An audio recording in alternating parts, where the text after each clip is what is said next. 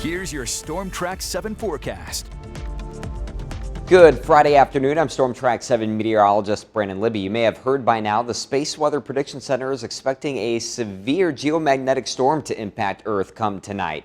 That would give us a pretty good shot to see the northern lights if the forecast holds up. Now, these are typically pretty hard things to forecast, but right now they're calling for a KP index of 8, which means that you could see the northern lights here throughout Iowa, even low on the horizon into some of these southern states. So a pretty powerful storm potentially coming in. And if the forecast does hold, well, here's a few tips for you to get out and see them.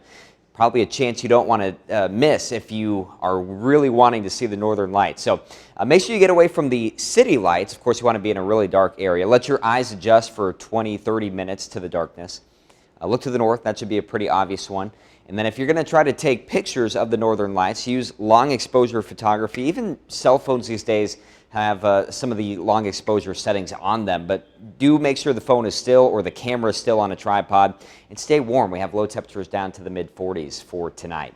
Now, we are going to have a cold front coming through late this afternoon into the evening, so we've been seeing a lot of sunshine out there for today. But there's a look at the cold front, bringing in some cloud cover starting about 3, 4 p.m. With that, maybe a chance for some scattered showers, an isolated storm, not out of the question either. But I do think most of the organized storms will be more so off into Wisconsin. Now, if that did try to stretch towards the Mississippi River or into our northeastern counties, that's where you'd have maybe a very marginal threat for some wind gusts up to 60 miles per hour. I just don't think that's going to be there for us here in eastern Iowa.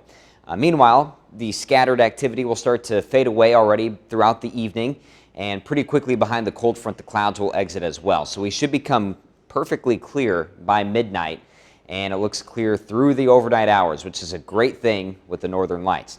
Now, as far as what we'll see tomorrow, should be more sunshine on the way, and then come Mother's Day, well, we're going to start off mostly sunny. It does look like maybe some clouds will build as the day goes on. And then a couple of scattered showers and storms will look to pop up most likely after about 4 p.m.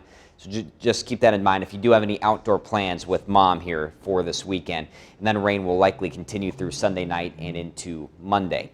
For the severe risk today, again, it's going to be that marginal wind threat as the storms kind of roll through with the cold front. Basically just clipping our northeastern counties. Again, marginal threat at best, not really concerned about it for today. Otherwise, we're going to look at high temperatures in the upper 60s to about the mid-70s. Winds aren't too strong either. They're up to about 15 miles per hour. The rain will exit pretty quickly tonight, and we'll see clear skies. Lows are down to the mid and upper 40s with a northwest wind at 5 to 10 miles per hour. And then here's a look at your weekend in a little more detail. Sunshine for Saturday, 74 the high with a northwest breeze, and then pretty warm on Mother's Day, a high of 82 as the winds shift to the southwest. Again, watch for a few showers and storms late in the day there for Mother's Day. There you go, putting it all together on city-by-city forecast. And into your 10-day forecast, we'll look at high temperatures in the mid-70s throughout next week. Rain for Monday, you catch a break on Tuesday, and then it looks like another chance for some showers and storms by the middle to end of next week.